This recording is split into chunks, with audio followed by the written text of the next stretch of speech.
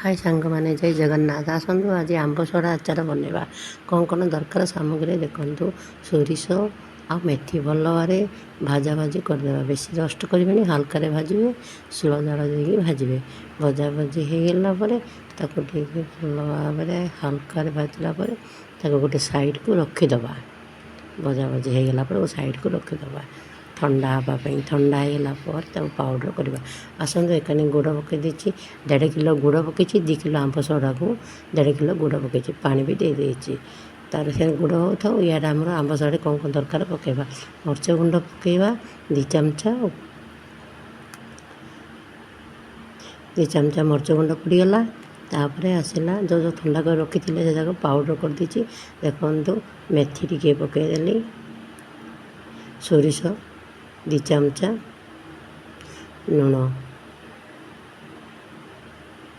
तापर पान मुड़ी टिके गुंड भी पकेबा पान मुड़ी टेस्ट आसो हाल्का पान मुड़ी गुंड टे पकईदेले होगला भल भाव पकई टिके घंटा घंटी करदे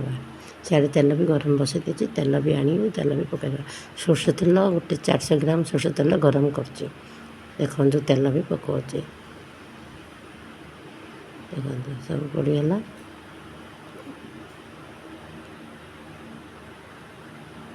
भल भाव घंटा घंटी करदे जमी तेल लुण मर्च गुंड आ सोरिष गुंड पान मुड़ी गुंड मेथी गुंड सब भल भाव से तेल को सब भरिक मिसीज जमी आंब सड़ा सब जाक मिशामिशी भल भाव घंटा घंटी करदे कर रखा आउरी भल देखो एक साइड जहाँ भी आउरी अच्छी कहीं मुझे गोटे हाथ में मो वीडियो कर गोटे हाथ में घाटुची तो से मोर एपट सेपट कड़े हो जाऊँगी देखो भल भाव घंटा घंटी करदेली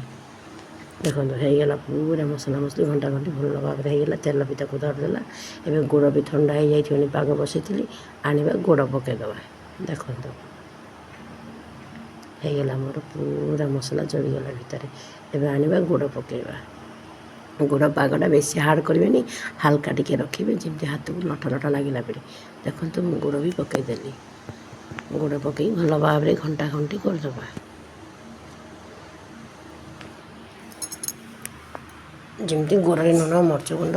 सब मसला मसली सब से भितर जमी से आंब सरा भितर जड़ गुड़ा पकईदे बेस हार्ड पाग करें टिके नरम पाग करेंगे जमी हाथ को धरले हाथ को लठा लठा लगुव पागटा सेमती करेंगे होगला आंब सड़ा डाबा को छेदबा देखो मुझे हिंगू पकईदेली लास्ट को होगला देखिले ना आंब सड़ा पूरा होगला ठंडा होगला डाबा को छेदबा देखो मो वीडियो जब भल लगुच तो लाइक करूँ शेयर करूँ सब्सक्राइब भी करूँ बनातु खातु मत मेसेज करी कहतु केमती लगे रही जय जगन्नाथ देखो मोर आंब सड़ा डाबा पकईला।